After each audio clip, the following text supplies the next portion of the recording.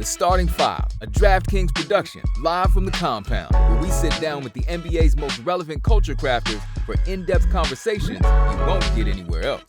The Starting Five, live from the compound.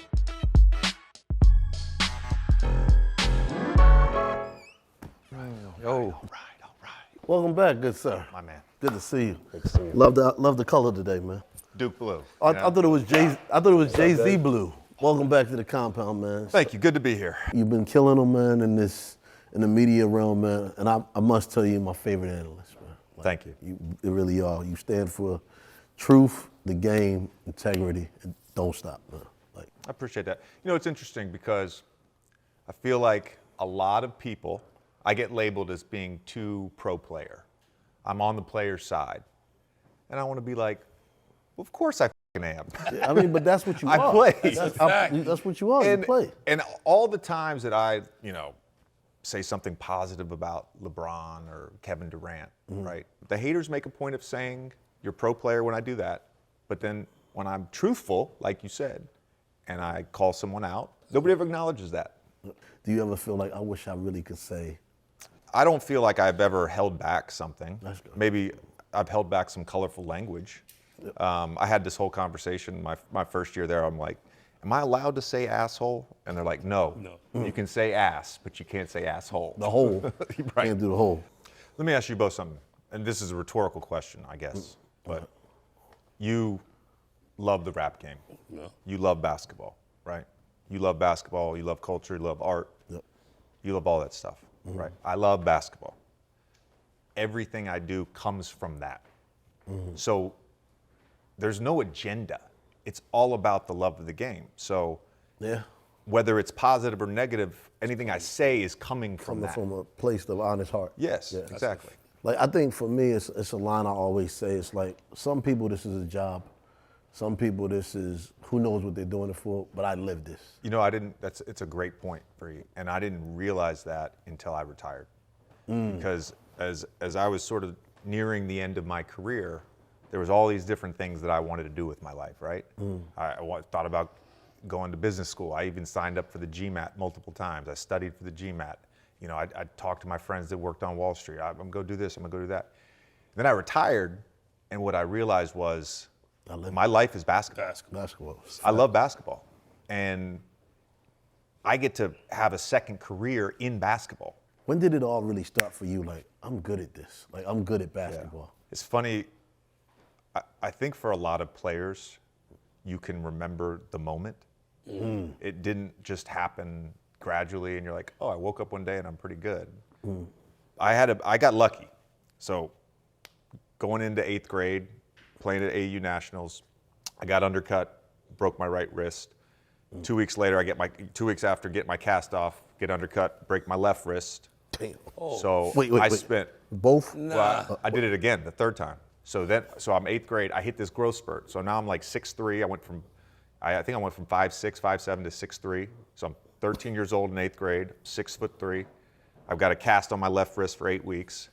I learned how to shoot one hand, no guide hand, no left thumb, all that stuff. So it worked out, right? I worked out, right. yeah. So I go play JV basketball, 8th grade. I start, leading scorer on the team. Second to last game, get undercut again, break my right wrist again. That AAU season, I played with my age group. And humbly, it was very clear to me that I was one of the best players in the country for my age. So we go to nationals that summer, going into my freshman year. We had one other D1 player on our team, this guy, J.R. Reynolds, that played at UVA. We were good, but we weren't great. And I think we went like 11-1. We won the consolation championship. I had 35 in the championship game against this team from New Orleans. And my mom walks on the court afterwards. We're all celebrating. She walks on the court and she says to me, I think you're going to do it. I'm like, what do you mean? What am I going to do? And she says, I think you're going to play at Duke. She knew I wanted to go to Duke. And it was that moment. That was that moment on that court in Orlando, Florida, that I said, damn, I might actually be good. I might be all right. Hence the blue shirt today. Yes, exactly. You got to rep. When it comes to college, to me, number one is Duke culture. There's one person who established that, and that was Coach. And, there's this recruiting slogan, the brotherhood, right? And you think about all the guys that have come through there, and we have a commonality in that we played for Coach. And it is a unique experience. It is a difficult experience, being in that fishbowl at Duke, having the demands placed on you every day. That's part of the culture, is becoming a man. By the time I left Duke, I was a man. I had been through the fire. And it's interesting, too, because Coach places a lot of responsibility on the players to drive culture. It's not just him. So, whether you're a captain or not, you are expected to be great every day and be an example to your teammates every day and compete every day. And that just became a habit for me. And that's the reason I was able to play 15 years in the NBA. Now, 5-star recruit, McDonald All-American, you the guy on campus. What is that pressure like, or is it any pressure? Oh, it was immense pressure. And I didn't handle it well initially because, the other thing is you get there and you have this glorified version of what being a Duke basketball player is. I had no idea how intense it was going to be. I had no idea the pressure. I had no idea how good everyone else was on my team, how good the competition was. I'd only played against high school players, It's a serious level up. Yeah, it's a level up. And it's the same way when you get to the NBA. There's another level to it. Yeah, there's another level, big time. And so I initially struggled just with that. And then I really struggled once we started playing road games my freshman year, and everybody hated me. And I was this reviled person, and I created this brash persona on the court just to combat that. It was like a fight or flight type thing. And I was like, all right, I'm going to fight. I'm going to be a dick. I created this persona, and then that made it worse.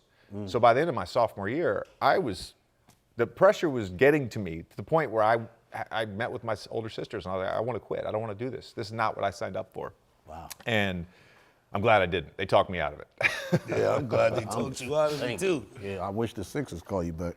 But anyway, we're gonna get off that. So here at the compound, numbers is big to us, and like number 7 is like the number for our brand. But what made you pick the number 4?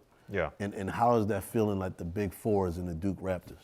My freshman year of high school, a friend of mine, his grandfather had played on the 1939 Rose Bowl team at Duke. They were undefeated, so they have their reunion. Granted, Duke's not recruiting me. I haven't played a high school game yet. So I go down to this game, my first time walking through Cameron, and up until that point in my life, I had always worn number 25. So I'm walking through Cameron, and I look up in the rafters, and I see Heyman, 25, jersey retired. It's over. Duke's not recruiting me. So I'm like, all right, I need a new number. So I make my varsity team my freshman year, and a buddy of mine, he wasn't on the team yet, this is just me being a nice friend, he always wore number 3. And I got the last pick of the jersey numbers, and it was between number 3 and number 4. And I was like, well, Brian's gonna be on the team next year. Yeah. He'll want number 3. Yeah. I'll just take 4. And that's why I picked number 4. Now you are cemented in that Duke culture, but with your legacy in the sky, how does it feel? Well, in terms of the championships, I still like struggle that I didn't win at Duke, and I still struggle I didn't win one in the NBA, because that's ultimately why you play the sport, right? It's to win. To win, totally. Compete and win at the highest level. Yep. And that bothers me. But my first meeting with Coach K my freshman year, he said, "What do you hope to accomplish at Duke?" And I said 2 things. I want to win a national championship, and I want my jersey in the rafters. And he said, all right, let me help get you there. So that's something that I wanted. I take my kids back now to Cameron. We walk through there, we go to a game, whatever, say hi to Coach Shire, whatever it is. And just walking through there, seeing your jersey up there, it's incredibly meaningful. Priceless. You have like, it's not just that it's up there. It doesn't just represent 4 years of my life, right? Think about it. Totally. 7 years old, I see Leitner hit the shot to beat Kentucky. Mom and Dad, I want to go play at Duke. It represents my entire life. Everything that happened before, everything that happened after was because of those 4 years. So let's fast forward past Duke, man. One of the things we always talk about is like draft night, like going to the NBA. Like, it was an interesting night for me. It was an interesting night. I had a very, very badly herniated disc in my back that they discovered at the draft combine. So I couldn't do the rest of my workouts. I had done my West Coast workouts. I think it was Houston, Seattle, Utah, Golden State. and then I was supposed to do all my East Coast workouts after the combine. Could barely walk. So I went back to Duke. I left the combine early. I went back to Duke, and I was upset. I'm worried about my draft stock. I'm upset, and I get back to my apartment. There's all these people in my apartment, so I'm like, I gotta let off some steam. So a friend was having a birthday party, and my idiot self just decides to drop these guys at a bar, and then go home driving. And I got pulled over, got a DUI, worst night of my life. So I've got the herniated disc. DUI. I've got the DUI. It's 13 days before the draft. I can't work out for these teams. Oh, and that would have drove. That's so crazy. now I'm like, I just remember being in jail at 4:30 in the morning and be like, am I going to go play in Europe? Is that what's going to happen here? Am I going to be in Turkey? Oh, shit. So when it gets to the draft, I knew that if I got to Orlando at 11, they were going to pick me. You still have the nerves and it's not done till it's done. So hearing your name, it was like the moment every basketball player dreams of. It's the start though. I always tell players when they get drafted, it is not like the arrival point. It's not end all. This is not the destination. This is the start. It's the start of the hopefully new journey. A long journey, right? Hopefully. And of course, I get drafted and everybody boos me because people still hated me. So that was fun. I had to deal with that after getting my name called. But yeah, it was awesome. And my family was there. It was great. It's funny to look back at the fit that I had because people are always like, man, your suit was really baggy. And I always tell people, you can look at my suit up on the podium shaking David Stern's hand and say it's baggy because it was. But here's the thing. It's crazy. Go look at everybody in the green room, our entire draft class photo. I had what I thought was a skinny suit at the time because these fuckers were swimming. They were swimming. So where'd you get it from? So this company, LV, was making everybody's suits at the time. And I went and got fitted for a suit for the draft, and I was like, this is too big. So my agent had a relationship with Xenia. Okay. So I went to the Xenia in Beverly Hills. They fitted me. And I thought the fit was fire. But looking back, I would change some things. We all I would change some things. We all would. So one other thing, because I've seen some family arguments draft night. You get on stage, you put the hat on, right? Mm-hmm.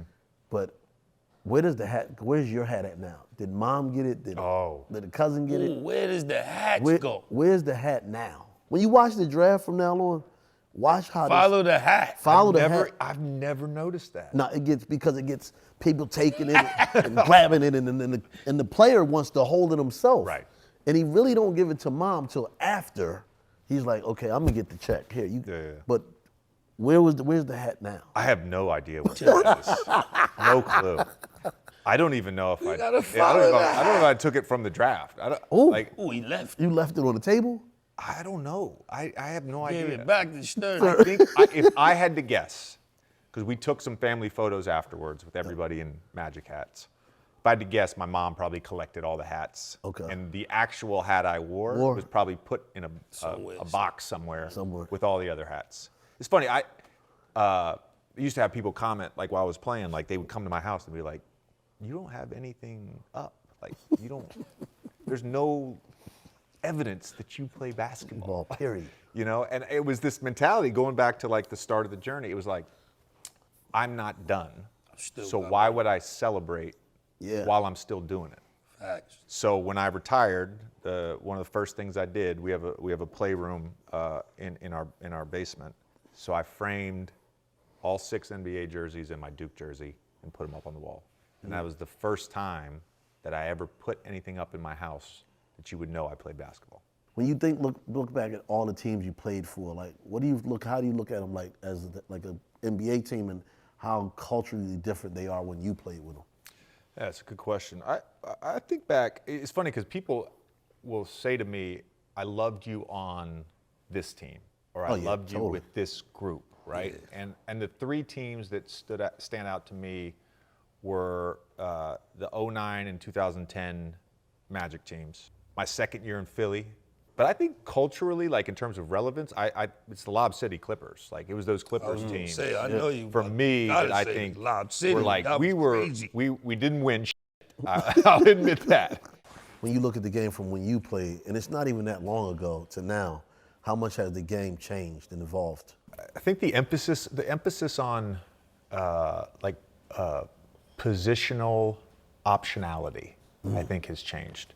You're going to have the unicorns. Like Steph Curry probably doesn't get talked about enough, but he's a unicorn, right? Yep. You're going to have these players at every position, at every size, that are just so skilled. And so how do you fill out the rest of the game? The rest of the game, I think it's started to trend that way when I was playing. Mm-hmm. By the end, it was like apparent to me, like I wouldn't have a place in the league. You know, I'm too old. I can't move the way I used to be able to move. Mm-hmm. And so it to me, the game is about those type of guys like Jalen Williams. The 360 even like, I know you got the Jaylen Brown jersey here. Jaylen Brown, Jason Tatum. Yep. Like, it's the big wings that can handle and shoot and guard multiple positions. Play every position. They're as valuable as anyone outside of the unicorns, outside of the Wembanyamas, the Stephs, the Giannis's, right? Yep, the KPs and all. Yeah. How much of your off-the-court life was consumed by perfecting your craft for shooting the long ball and the free throws? Nearly all of it. Truthfully. That's what it takes. Nearly Something has to get sacrificed. I wouldn't say it was a routine when I was growing up, but we had a hoop in the backyard. Mm-hmm. Started shooting on it when I was 7, 8 years old. For me, it was like a dopamine hit every time the ball goes through the net. Mm-hmm. It became almost addictive. Mm-hmm. And so even in the off-season game days, I didn't look at it as work. It was about the craft. It didn't just take up the physical time. Kiss, it took up the mental time. You're telling me. My job is all mental. Yeah. No, I know. You're constantly just, when I played it was constant. It was all day. There wasn't 5 minutes that went by that I wasn't thinking about something related to basketball, something related to shooting. I naturally, no one ever coached me on this, but I naturally learned how to visualize. So like, even in high school, I can remember, in between periods, game day, I'm walking through the gym and I'm getting the visuals of the gym.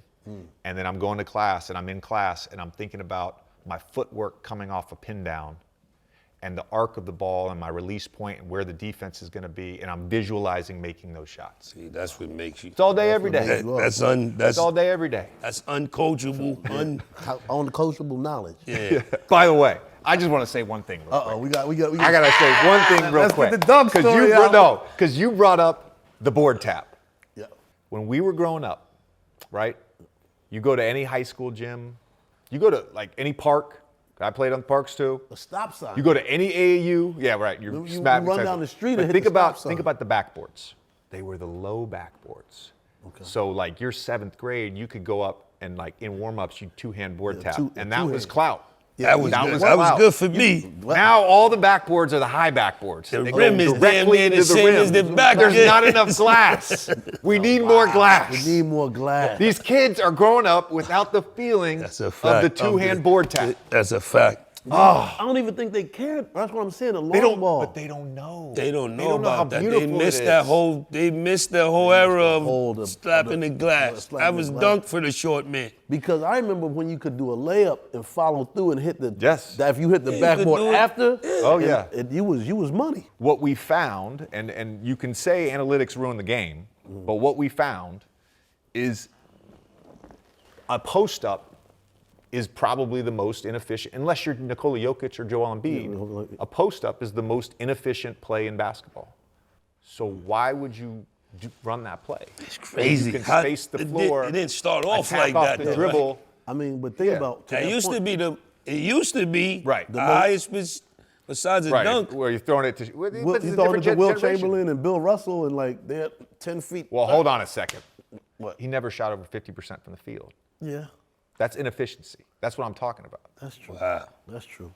So in the golden age of the 1990s, 1980s, whatever you guys, 70s. I grew up on the 90s. We grew up on the 90s too. It's all 80s. good. I think it's important to understand that there was something called a legal defense, right? Okay. So that's key. If I'm posted up and everybody else is above the free throw line, the defenders all had to be guarding their man. You couldn't be in a help position. Yeah, they don't have You couldn't be sitting in somebody's lap. So if Joel Embiid is posting up I can literally do the 3-second rule from the nail. Yep.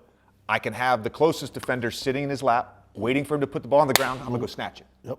Right? So now he's, instead of facing one guy, he's facing 3 guys. Multiple. Right? So they changed the rules around the 3-second.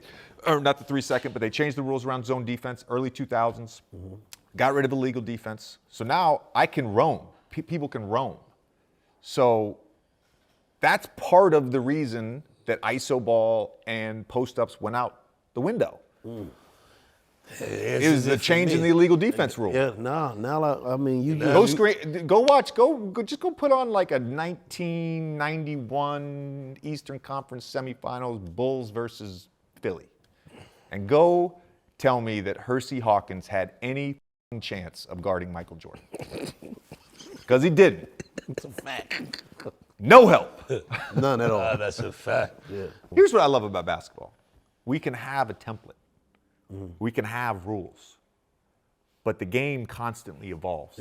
And oftentimes, the game evolves and the rules and the templates evolves around the best players. It's looking like it's going Wemby direction to me. Like, I don't know. It's like to see, because KD was a unicorn. And then KP came, which was another unicorn. Now we're looking at Wemby, and it's like, are the scouts going for 7'6", 7'5"? For you to be that big with that much skill set, it's like a needle in a haystack. But that's why I think what I said about Jalen Williams is important. Because those are the guys, you think about, You got to be able to see. again, a generation of players right now who are coming into the league who grew up watching LeBron. Yeah. 6'8", could do everything. Ultimately, it's not going to be the Wembanyamas because we can't grow people in labs. Yeah. Right? Well, so it's going to be a generation. We don't know. We don't know yet. We don't know yet. But there's going to be a generation of these, 6'6" to 6'10" guys that are big. Like a Luka. That's the place the league is in right now. The Scoot Henderson. What's the next evolution of that? I don't know. But that's every guy that has any sort of athleticism and loves basketball. That's who they're aspiring to be. The big wing who can do everything. Yeah, you started off as a villain, playing. Everybody hated you. You was that guy when you step in the gym, they wanted to shut your game down. Then you grew into the beloved. They love you as you turned into an elder statesman, as you're doing analyst, podcasting. Now you beloved. How do you feel? Is that just something that, I know in music that happened, you start off from nothing, they build you up, then they break you down. Tear you down. Then they build you up before you fare well. How does that work in the, Because you kind of made yourself a villain though at Duke. I still have my haters. I'm comfortable with it. You're not comfortable with it when you're 19, you're 18, 19 years old. Your ego structure's not sound. Required a lot of therapy when I was at Duke, to be honest with you. Some maturity, some growing pains. You get past that point, and then it just doesn't matter. So if you said to me right now, you're still a villain, I'd be like, okay. Cool If you saying to me that I am beloved, there's no, my heart didn't skip a beat. My heart didn't rise. It doesn't matter to me. It is what it is. It doesn't matter to me. Here's the thing. As someone who now is a media personality, analyst, content, I don't like the labels. Yeah. Whatever I am now. I have to be in tune with the audience. I have to know what the audience is responding to and how they're responding to things. And then I have to gauge that and assess how I want to talk about the sport, how I want to talk about the culture, how I want to talk about different players. I have to be aware of all that stuff. But in terms of being a villain, being beloved, I moved past that 15 or 16 years ago. It's not part of my life anymore. But thanks for bringing it up. The starting five.